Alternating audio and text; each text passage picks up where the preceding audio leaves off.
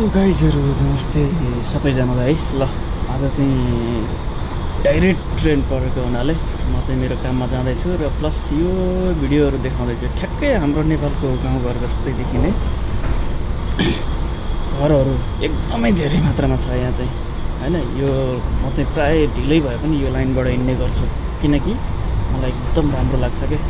वन जंगल हुँदै आफ्नो गाउँघरको घरहरु ट्याक्कै याद आउने ठ्याक्क त्यस्तै खालको हाम्रै घरहरुको याद आउने हैन कति मजाको घरहरु छ के तपाईहरुले नि हेर्न सक्नुहुन्छ यो भिडियो मैले युट्युबमै छ हैन यस्तो रमाइलो छ नि ल हेर्नुस् न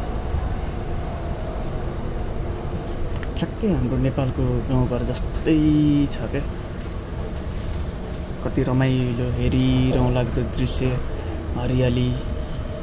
ठ्याक्क मिलेको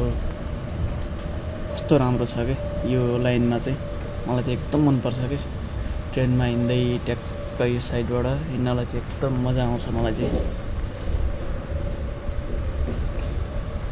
यदि तपाईहरु पनि फ्रान्समा बसेर यो लाइनबाट डेली हिँड्नुहुन्छ भनेदेखि कमेन्ट गर्नुहोस् ल को हुनुहुन्छ यसरी हिँड्ने तपाईहरुले कमेन्ट गर्नु है त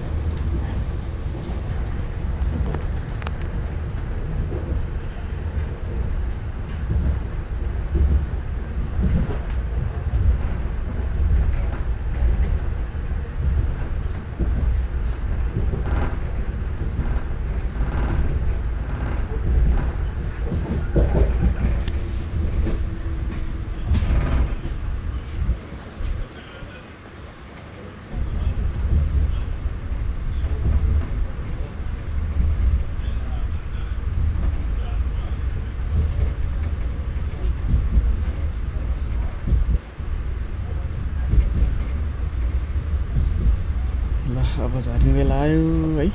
झन्डै 2-3 मिनेटको यो भिडियो आज चाहिँ एकदम छिटो लिएर आयो क्या झन्डै 5 मिनेट पनि लागेन के यस्तो छिटो लिएर आउँछ कहिले चाहिँ यही ठाउँमा 20 मिनेट 25 मिनेट लाग्छ आज चाहिँ डाइरेक्ट परेको हुनाले छिटै भयो ल यो लाइनतिर पनि ठ्याक्कै हाम्रो नेपालको घरहरु छ के माथि छ है माथि छ next station terminus of this train यस्तो मजाले घरहरु ट्रेनहरु हेर्दै हिँड्न पाइन्छ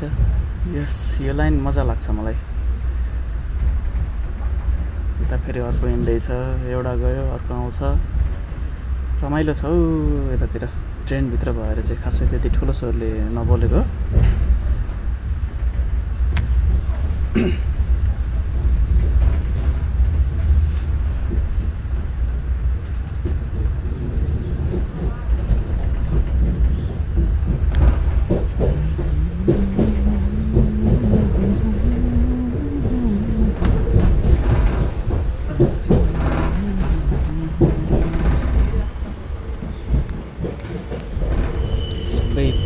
तार देखिन्छ के यो चाहिँ ट्रेनको तार हो है कति धेरै हिँड्छ एकैचोटिमा 1 2 3 4 5 6 7 8 9 10 11 12 13 14 15 16 एकचोटिमा 16 वटा पुग्छ यहाँ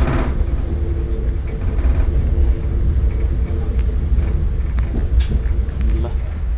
मेरो झर्ने बेला आयो ट्याक्क मारे झर्ने हो है टर्मिनस यस्तो हुन्छ के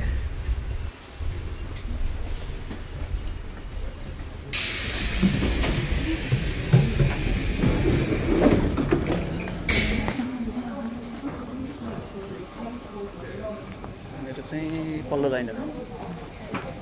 यो लाइनमा